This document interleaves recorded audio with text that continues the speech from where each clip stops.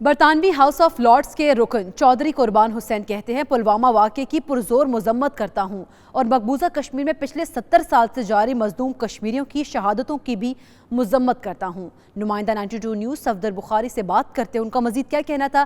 اقوام متحدہ اس معاملے کی صاف شفاف تحقیق کرائے، انہوں نے مزید کیا کہا، آئیے دیکھتے ہیں۔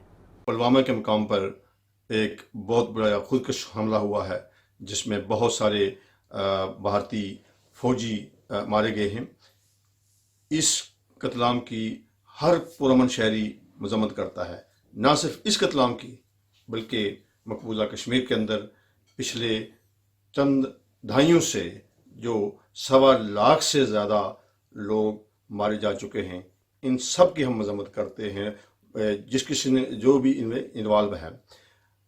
رہا معاملہ یہ پلوامہ کے اس انسیڈنٹ کا، تو یہ ابھی کہنا بڑا مشکل ہے کہ اس کا ذمہ دار کون ہے۔ اس کی پوری تحقیقات ہونی چاہیے، اور ہم تو یہ سمجھتے ہیں کہ اقوام متحدہ کو جیسے ادارے کو آ کر کے انڈیپینڈنٹ تحقیقات ہونی چاہیے، اور تحقیقات کے بعد یہ جب ثابت ہو جائے کہ اس کا ذمہ دار کون ہے تو بین الاقوامی سطح پر اس کے متعلق ایک ایکشن لیا جائے۔